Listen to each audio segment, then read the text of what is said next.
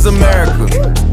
Don't got you slipping up. Backlash tonight after the University of Southern California cancels this year's graduation speech by its own valedictorian. Asna Tabassum is a medical engineering student who is also Muslim, and she beat out nearly 100 other students for this year's top spot. But now the university says the discussion of her selection took an alarming tenor.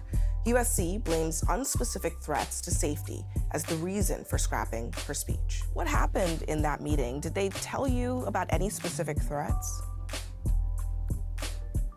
No, actually, they did not tell me about any specific threats, and my request to ask for the details of such threats were denied. And so it leads me to consider whether the decision to revoke my speech was made on the basis of safety alone. So the university has said that this is not a free speech issue. Do you view it that way? I think there's a nuance here. I think, I expressed an opinion through a link that I had on my Instagram.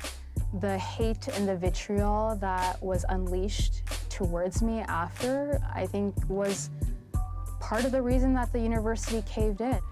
You just brought up a link that was posted through your social media page. Items in this post calls for the complete abolishment of Israel. Is that a position that you endorse? If you're asking me if I stand for human rights, if you're asking me if I stand for equality and unequivocal and unconditional right to life for all people, including Palestinians, then I'm not apologetic. I believe in what I believe, and it is because of the people around me that I've met at USC, the classes that I've taken, the professors that I have learned from, that have led me to look at the world in this way. And it's unfortunate that human rights is controversial. So the abolishment of the state of Israel, I'd like to clarify, is the abolishment of an apartheid system. It inherently is a system that subjugates Palestinians as dehumanized, and it subjugates Palestinian life as not worth the same as other human life. So when the link says... So is that a yes then? I think a yes or a no would be an injustice to the issue, and I think that any sort of ideological debate or any sort of academic discourse is worth clarification and worth discussion.